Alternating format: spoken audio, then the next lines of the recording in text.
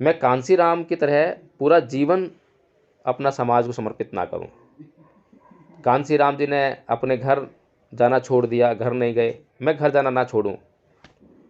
कांसीराम ने शादी नहीं की, मैं शादी भी कर लूं, बच्चे भी पैदा कर लूं। लेकिन अगर मैं कांसीराम का 1% भी, अगर मैं 1% भी त्याग करूं, समर्पण करूं, तो मुझे लगता है कि 100 आदमी चाहिए बस एक कांसीराम बनाने के लिए। और करोड़ों की जनसंख्या में अगर 100 के आंकड़े लगाए जाएं तो कितने कांसीराम इस समाज को मिल सकते हैं और कितनी आसानी से ये समाज अपने दुखों से मुक्त हो सकता है। और 1% का त्याग समर्पण करने वाले व्यक्ति को मैं समझता हूँ कि पता भी नहीं चलेगा कि उसने कब त्याग कर दिया, कब वो समर्पित हो गया, कब कुछ समाज के लिए कर दिया। लेकिन समस्या ये है कि हम अपने निजी स्वार्थों के लोभ और लालच में इतने अंधे हो जाते हैं कि हम वो 1% त्याग भी करने के लिए तैयार नहीं। चित्त में बहुत विकार अभी मौजूद हैं, और अगर चित्त में विकार अगर मौजूद हैं तो वह व्यक्ति जो है प्रताड़ित हो रहा है, हर पल प्रताड़ित हो रहा है। तो इसलिए जो है अगर हम किसी व्यक्ति को प्रताड़ित होते हुए देख रहे हैं तो हमें उसे यह समझना चाहिए कि वह दया का पात्र है, करुणा का पात्र है। और यदि हमारे पास कुछ है जिससे कि उसके प्रति जो हमारे भीतर दया का भाव आया है, उसको देने पर उसकी समस्या हल हो सकती है, प्रताड़ना रुक सकती है, तो हमें वह सहायता अवश्य करनी चाहिए। यह है हमारा तरीका।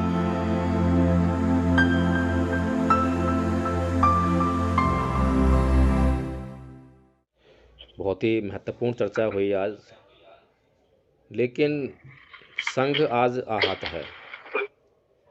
आहत इसलिए है कि जो आदरणीय यशवंत जी का जो व्यवहार है वो संघ की जो क्रिया होती है उसके अनुकूल नहीं रहा।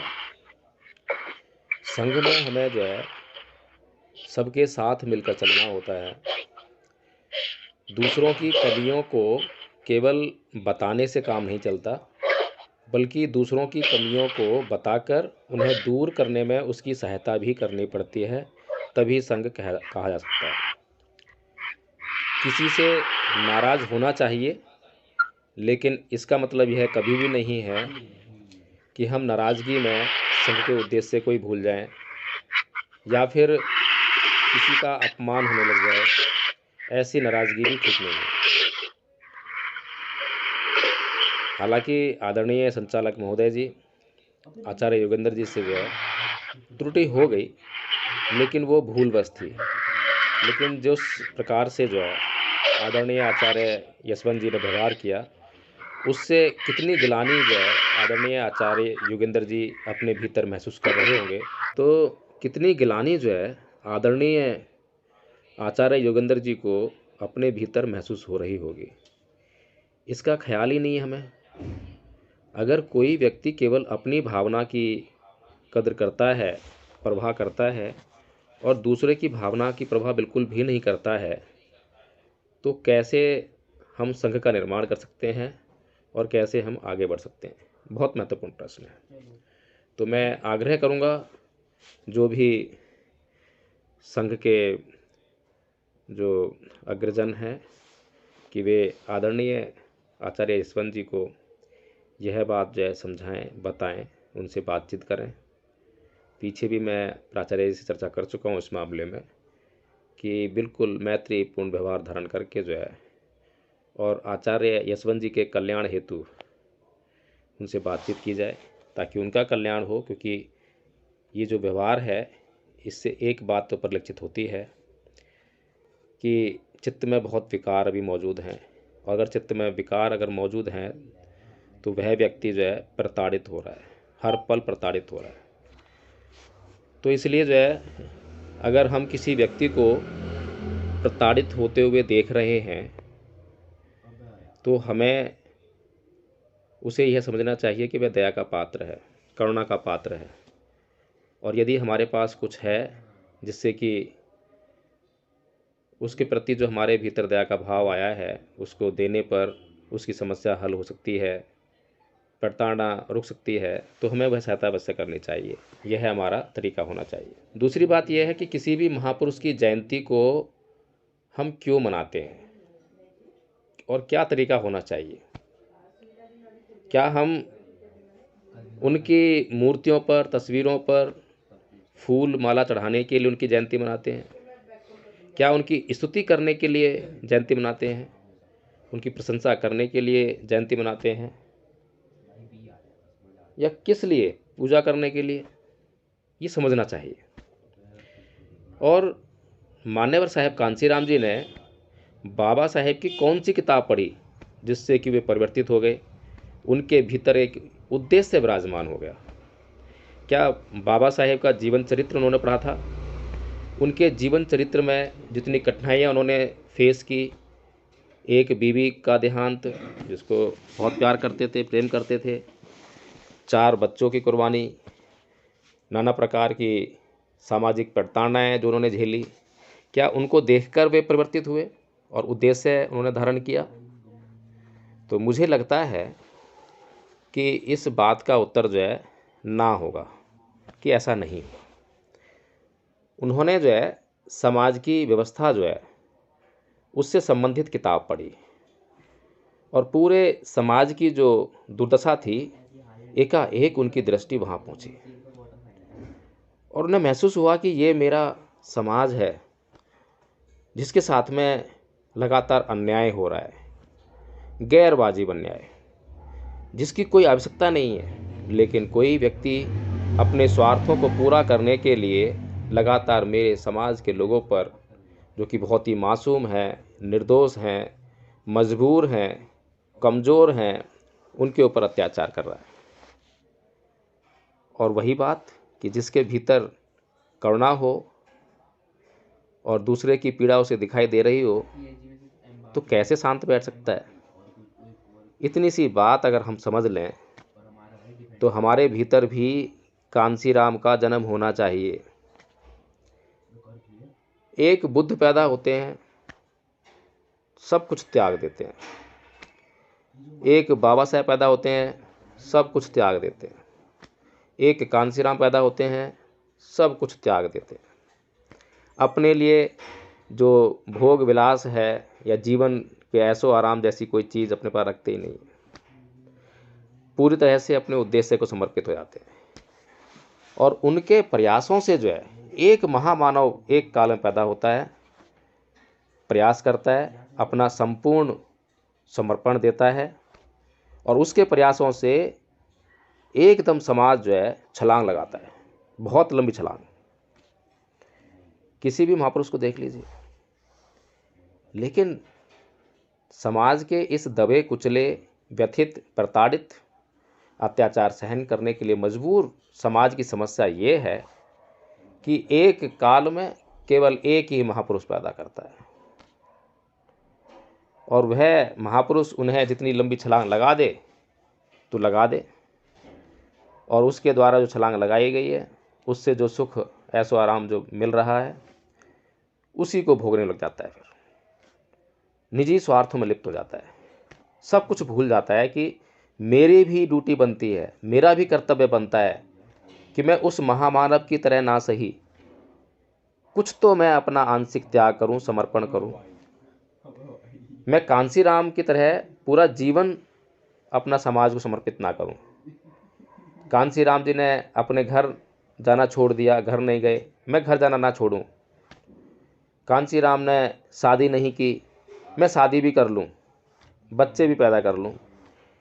लेकिन अगर मैं कांसीराम का 1% भी, अगर मैं 1% भी त्याग करूं, समर्पण करूं, तो मुझे लगता है कि 100 आदमी चाहिए बस एक कांसीराम बनाने के लिए। और करोड़ों की जनसंख्या में अगर 100 के आंकड़े लगाए जाएं तो कितने कांसीराम इस समाज को मिल सकते हैं और कितनी आसानी से ये समाज अपने दुखों से मुक्त हो सकता है। और 1% का त्याग समर्पण करने वाले व्यक्ति को मैं समझता हूँ कि पता भी नहीं चलेगा कि उसने कब त्याग कर दिया, कब वो समर्पित हो गया कब कुछ समाज के लिए कर दिया। लेकिन समस्या ये है कि हम अपने निजी स्वार्थों के लोभ और लालच में इतने अंधे हो जाते हैं कि हम वो 1% त्याग भी करने के लिए तैयार नहीं है।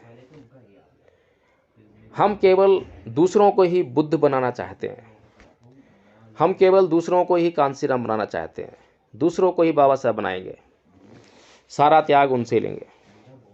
और जब तक यह मनोदशा जो है समाज की बनी रहेगी, समाज के लिए चाहे कितने भी बुद्ध आ जाएं, कितने भी बाबा साहब आ जाएं, कितने भी कांसीराम आ जाएं, उनके किए का जब तक खाएंगे, जब तक मज़े मारेंगे, और जैसे ही उनके किए का ख़त्म हो जाएगा और वैसे ही वो दुखों के सागर में घिर जाएंगे। महामानव तथागत बुद्ध ने जो किया, तो उनका किए का जो है यह पूरा जम्बू द्वीप काफ़ी लंबे समय तक खाता रहा और उसके बाद फिर दुखों में आ घिरा। जैसी शिक्षा उनकी जो थी, अहिंसा के साथ जीवन जीने की शिक्षा, ना वैर करने की शिक्षा, इतनी तमाम अच्छी अच्छी शिक्षाएं जो थीं, जैसे ही प्रभाव खत्म वैसे ही और दुखों में आ गिरा। बाबा साहेब का जो किया था, वो जैसे ही उसका प्रभाव समाप्त होते आ रहा है तो हम फिर दुख में घिर गए। मान्यवर साहेब कांसीराम जी ने जो एक छलांग इतनी तगड़ी लगाई कि जो समाज कभी सोच भी नहीं सकता था कि इन सभी सामाजिक राजनीतिक परिस्थितियों में कभी वो सत्ता के सपने भी देख सकता है, उसको सत्ता में वो सर्वोच्च पद ला के दिखा दिया, मुख्यमंत्री बना के दिखा दिया। केवल एमएलए बनाते, एमपी बनाते तब भी बात समझ में आती कि कुछ बड़ा काम नहीं हुआ, लेकिन मुख्यमंत्री बनाकर दिखा दिया। और निसंदेह अगर कुछ स्वार्थी लोगों के स्वार्थ न टकराए होते और 2-4 साल का जीवन और मिला होता, स्वस्थ जीवन, तो अगला प्रधानमंत्री भी इस बहुजन समाज से मिलता, निसंदेह मिलता, कोई रोकने वाला नहीं था। लेकिन आज जो हालात हमने पैदा कर लिए हैं, काफ़ी गंभीर हालात हैं। कहने के लिए तो आप नारे लगा रहे हैं कि अगली पीएम बहन जी, पर हवा आई है। पता नहीं कितने चुनावों में नारे लगा दिए हैं, क्योंकि हमें कांसीराम नहीं मिल रहे हैं, बाबा साहेब नहीं मिल रहे हैं, तो कैसे पीएम बहन जी बन जाएंगी? समझने वाली बात है। आज भी हम चर्चा कर रहे हैं मान्यवर साहेब कांसीराम जी की, तो इतना नहीं समझ पा रहे हैं कि उनके जन्म कब हुआ, कहाँ हुआ। ये बहुत अधिक महत्वपूर्ण बातें नहीं हैं, ये डॉक्यूमेंट्स में लिखी हुई बातें हैं। जब आपकी इच्छा हो, जब पढ़ लेना उसको, कोई भी सर्च मार लेगा गूगल पर जाकर, जो है ज़्यादा महत्वपूर्ण नहीं है। सबसे महत्वपूर्ण बात है आपका अपना दुख दर्द, कि आज आप जो है किस दुख दर्द से पीड़ित हैं, आपकी अपनी बात महत्वपूर्ण है। मान्यवर साहेब कांसीराम जी अब दुनिया में नहीं है, बाबा साहेब इस दुनिया में नहीं हैं। कितनी भी स्तुति कर लीजिए, कितने भी प्रसाद बांट लीजिए, कितने भंडारे कर लीजिए, कितनी भी फूल में चढ़ा लीजिए, कुछ उनको मिलने वाला नहीं है। कुछ मिलेगा तो आपको ही मिलेगा। फूल माला चढ़ाएंगे, फ़ोटो खिंचवाएंगे तो सोशल मीडिया पर आप ही वायरल होंगे। भंडारा खिलाएंगे, नाम चमकाएंगे, क्या नाम है, वहाँ बैनर लगाएंगे, आपका ही नाम चमकेगा। सब अपने लिए कर रहे हैं, लेकिन अपने दुख दर्द पर हकीकत के साथ काम करने के लिए कोई तैयार नहीं है। सत्य को कोई समझने के लिए तैयार नहीं है। अब कोई भी व्यक्ति जो है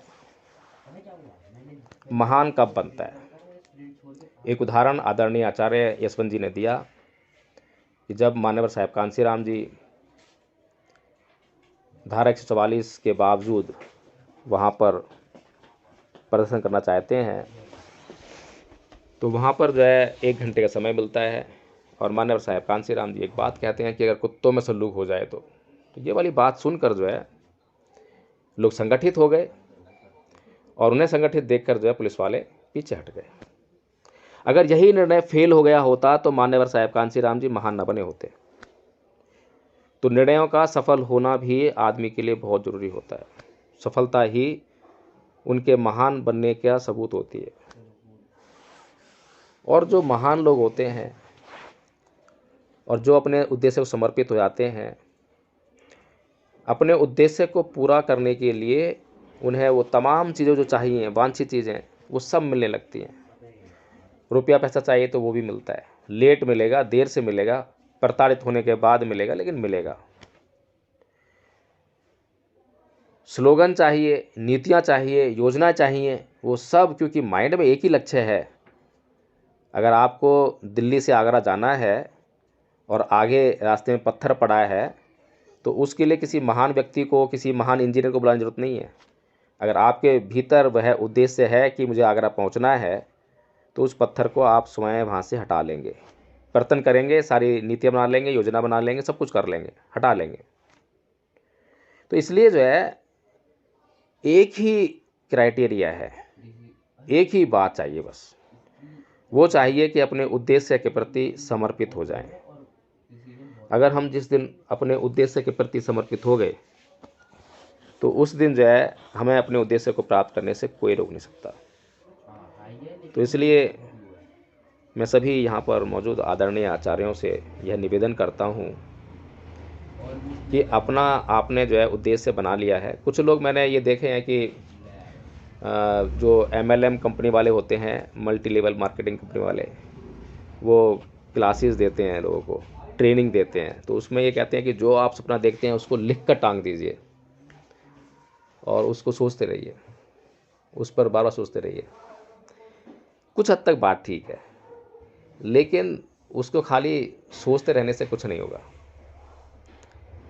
जब तक वह जो आपने लिख कर टांगा है आपकी भावना में समाहित ना हो जाए, तब तक आप उस पर काम करने के लिए अग्रसर नहीं होंगे। और जिस दिन, जिस वक्त वो लक्ष्य आपकी भावना में समाहित हो गया, उस दिन कोई परेशानी नहीं है, कोई कठिनाई नहीं है। सब कुछ अपने आप होने वाला है, सब कुछ आप करेंगे। कितना भी बड़े से बड़ा त्याग क्यों ना हो, सब करेंगे, आप बलिदान करेंगे। इसी को भगवान बुद्ध ने आर्य अष्टांगिक मार्ग के दूसरे अंग के रूप में सम्यक संकल्प कहा है। ये सम्यक संकल्प क्या है? हमारी भावनाओं में जो चीज़ शामिल हो जाती है। तो जो लोग अभी कथा कहानी सुन रहे होंगे, यानी कि मान्यवर साहब कांसीराम जी की, मैंने भी बहुत कहानियाँ सुनी, मुझे बहुत अच्छी लगी, प्रेरणा मिली और अंदर से एकदम से रोम रोम काँप उठता है, बहुत अच्छा लगता है। मैंने भी बहुत बार कहानियाँ सुनाई हैं, ऐसी बात नहीं है, मैं आप लोगों को बोल रहा हूँ, लेकिन समझकर और आगे बढ़ना ये बहुत ज़रूरी है। उनके बारे में जब हम कहानी सुनते हैं तो भावुक हो जाते हैं, और जैसे कोई व्यक्ति भावुक हो गया तो वह काम से बेकार हो जाता है। और मुझे लगता है, पूरा यकीन है कि बाबा साहेब की कहानियाँ सुनकर जो है साहेब शायद भावुक नहीं हुए होंगे, और भावुक हुए होंगे तो रोए नहीं होंगे, और भावुक हुए होंगे तो भावनाओं में उनका उद्देश्य और बढ़ गया होगा और आगे बढ़ गया होगा। तो इसलिए मैं तो यही कहना चाहूँगा कि आज जो हमारे सामने समस्या है, विकट समस्या है, जिस पर कि पूर्व में अनेकों नेता पैदा हुए, उन्होंने प्रयास किए, आज हमारे सामने उनके सबके प्रयास मौजूद हैं, कुछ ना कुछ लेखा जोखा हमारे सामने है। तो उससे हम सबक लें कि वो कहाँ पर फेल हुए, क्या कर सकते थे जो वो उन्होंने नहीं किया, और अगर वो कुछ नहीं कर सके जो किया जाना आवश्यक था, क्या उसे हम कर सकते हैं? यदि कुछ किया जाना आवश्यक था, आपको लगता है कि अगर उसको किया जाता तो सफलता मिलती, और वह अगर हम लोग कर दें तो हमें सफलता मिल सकती है, तो हमें वो करना चाहिए, उसी पर काम करना चाहिए। तो मैं तो केवल वही प्रयास कर रहा हूँ, आप लोगों को दिखाई भी दे रहा होगा, समझ में आ रहा होगा, जिस तरीके से मैंने आपको अभी तक बताया है कि मान्यवर साहब कांसीराम जी ने जब बाबा साहेब को पढ़ा तो बाबा साहेब ने सत्ता के लिए आग्रह किया, आह्वान किया समाज को कि सत्ता ही आपकी सभी समस्याओं का हल है, चाबी है, उसे हासिल कर लो। और साथ में सत्ता प्राप्त कैसे होगी उसके बारे में बताया कि जिन लोगों के राजनीतिक और सामाजिक आंदोलन यानी कि गैर राजनीतिक जड़ें मजबूत होती हैं, उनकी राजनीति लंबी और स्थायी हो जाती है। इस बात को जो है या तो मान्यवर साहब कांसीराम जी ने समझा या RSS ने समझा, और मैं ये बात मानने से बिल्कुल इनकार कर देता हूँ कि इनके अलावा किसी और ने समझा। तो मान्यवर साहब कांसीराम जी ने जब यह बात देख कर कि गैर राजनीतिक जड़ों को मजबूत करना है और उसके लिए धार्मिक और सामाजिक आंदोलन करने पड़ेंगे, तो उन्होंने नज़र उठाकर देखी अपने समाज की तरफ जो है कि पूरा समाज जो है धार्मिक अंधविश्वास की जकड़ में है। धार्मिक आंदोलन जो है अभी संभव नहीं है।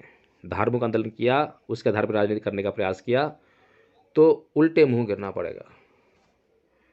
इसीलिए फिर दूसरे जो पॉइंट था कि सामाजिक आंदोलन, उस पर गौर किया कि हाँ, ये पॉइंट ठीक है।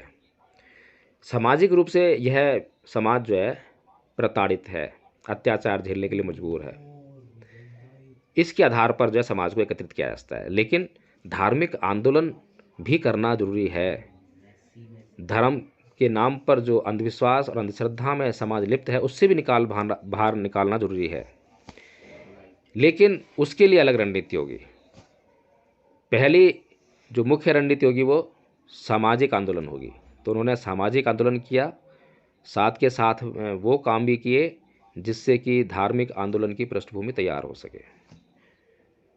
तो जिनकी संस्कृति मजबूत होती है उनके पास तमाम संसाधन होते हैं। आज हमारी संस्कृति मजबूत नहीं है, हम सांस्कृतिक हार में हैं, इसलिए हमारे पास कुछ भी नहीं है, सब कुछ खो बैठे हैं। तो इसीलिए धम्मपद संघ का निर्माण हुआ और आप सब लोगों के सामने बार बार बताया जाता है कि हमें सांस्कृतिक विजय हासिल करनी है। कौन सी सांस्कृतिक विजय? जैसा कि आज आदरणीय आचार्य यशवंत राव जी का जो आचरण रहा, वह हमारी संस्कृति का आचरण नहीं है, लेकिन वह संस्कृति हमारे ऊपर थोप दी गई है। इसलिए आदरणीय आचार्य यशवंत जी वो व्यवहार करने के लिए आज मजबूर थे। शायद वो कभी नहीं चाहते होंगे कि मेरे समाज का कोई व्यक्ति उसको प्रताड़ना हो, उसको कुछ गिलानी महसूस हो, मेरे से कुछ गिलानी महसूस, कभी नहीं चाहेंगे। लेकिन वो संस्कृति का जो है हमारे मन मस्तिष्क पे इतना बुरा कब्जा है कि हमें पता ही नहीं चलता कि हम क्या कर रहे हैं। इसी तरह से जो है आदरणीय आचार्य अशोक जी से भी पूर्व में गलती हुई।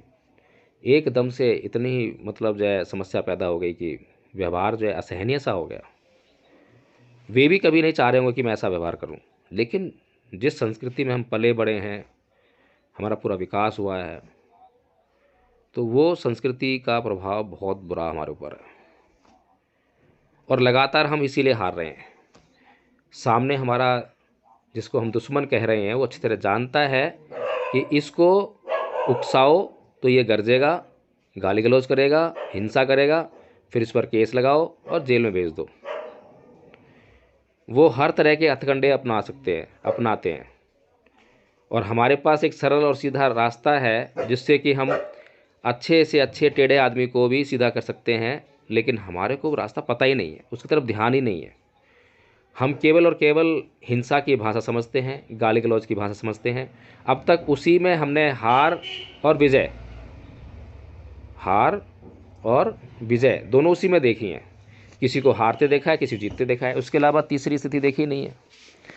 तो तीसरी स्थिति देखी नहीं है तो उसका अभ्यास नहीं है, अनुभव नहीं है, तो ये एक समस्या है। तो यही कार्य है कि उस परिस्थितियों से, उस व्यवहार से लोगों को अनुभव कराया जाए, उनका परिचय कराया जाए, उनको बताया जाए कि यह व्यवहार भी है जिससे कि इस देश की आबो हवा को हम बदल सकते हैं। और जब ये आबो हवा बदलने लगेगी, 1% भी बदली, तो उसका असर जो है बहुत ही सुंदर दिखाई देने वाला है, वो सौंदर्य चारों तरफ बिखरने वाला है। तो मैं तो बस इतना ही कहूँगा कि आज हम मान्यवर साहब कांसीराम जी जयंती मना रहे हैं, तो वो 1% हम जो है अपने भीतर से निकालने का प्रयास करें कि मैं भी कांसीराम। दूसरे को देखिए आप, जो जिनके खिलाफ आप जहर उगलते हैं, उन्होंने एक कांसीराम नहीं निकाला, एक बाबा साहेब नहीं निकाला, उन्होंने जो है वही काम किया कि 1% निकालो भाई। और 1% के जो है आज उनके पास लाखों कांसीराम, लाखों बाबा साहेब हैं। कितने ही लॉयर हैं उनके पास जो कॉन्स्टिट्यूशन के टिप्स पे याद है। तो वो बाबा साहेब नहीं है, लेकिन बाबा साहेब का 1% तो है। और वो 1% जो है आपको ना हाई कोर्ट में घुसने देता है, ना सुप्रीम कोर्ट में घुसने देता है। कांसीराम के 1% वाले कितने लोग हैं जो आपको राजनीतिक में जो है आज आपके पास जो है जो मौका है राजनीतिक मौका, उसको आपको हासिल नहीं करने देते हैं। कभी केजरीवाल को खड़ा करते हैं, कभी आडवाणी को खड़ा करते हैं, कभी जो है मोदी खड़ा हो जाता है, कभी कोई खड़ा हो जाएगा। हमारे ही वोट से जो है ये इनके प्रकार इनको सत्ता में आ जाते हैं। कारण यही है कि उनके पास एक बाबा साहेब, एक कांसीराम नहीं, बल्कि हजारों हजार कांसीराम, हजारों हजार बाबा साहेब हैं। और हम लोग अपने भीतर से कांसीराम नहीं निकाल रहे, ना बाबा साहेब निकाल रहे, सबके अंदर है। लेकिन फिर भी हमारे पास जो है वो हमारे लिए होना चाहिए, हमारे पास जो है वो मेरे परिवार के लिए होना चाहिए। और परिवार ही नहीं, मैंने अपने बच्चों के लिए संपत्ति अर्जित कर ली है, उनका भला कर दिया है। अब उनके ही बच्चे होंगे, तीसरी पीढ़ी का भी मैं भला सोच लूँ और संपत्ति खरीद लूँ। लेकिन ये नहीं मालूम है कि अपने होते हुए ही जब मणिपुर जैसी घटनाएं घटेंगी, तब आपकी वो संपत्ति चाहे कितनी यथा संपत्ति क्यों ना हो, कोई काम की नहीं रहेगी। अगर आप अपना थोड़ा थोड़ा भी यहाँ पर जो है सहयोग इस समाज के, इस आंदोलन के लिए करेंगे, तो वो जो घटना जो मणिपुर में घटी है, हो सकता है कि उससे बचाव हो जाए। हम एक ऐसी संस्कृति का निर्माण करने में सफल हो जाएं जहाँ पर जो अत्याचारी है वो समाज में हो ही ना, उत्पन्न ही ना हो, या हो उत्पन्न हो तो उसके लिए कोई व्यवस्था का निर्माण कर लें। कुछ ना कुछ तो संभावना जब ही बनेगी जब हम अपने भीतर से 1% कांसीराम, 1% अम्बेडकर निकालेंगे। उससे पहले कोई संभावना नहीं है। मैं जो प्रयास कर रहा हूँ वो जो व्यवहार है, आचरण है, उसमें समता की मैं लगातार बात करते आ रहा हूँ। बड़े सरल शब्दों में समझाया मैंने कोई बहुत डीप जाके जो है अभिधम का अध्ययन नहीं किया है, बहुत डीप जाके अध्ययन नहीं किया। लेकिन मेरे को एक मोटी मोटी बात समझ में आ गई कि हमें इतनी बात की आवश्यकता है, बस समता में कैसे रहना है। राग और द्वेष 2 अवस्थाएं, बस ज़्यादा अवस्थाएं भी नहीं क्रिएट करनी है, बहुत लंबी लंबी बातें नहीं करनी है। इतनी सी बात को अगर हम फॉलो करके जो है कि हम हर वक्त ये जांचते रहें कि हमारे व्यवहार में कब समता रही, कब समता नहीं रही, उसी से हमारा उद्धार हो जाएगा। ज़्यादा बातें हमें जो है सोचने समझने की ज़रूरत नहीं है। तो इसी के साथ मैं अपनी बात समाप्त करूँगा। सभी का बहुत बहुत साधुवाद, बहुत समय दिया मुझे। जय भीम, नमो बुद्धाय।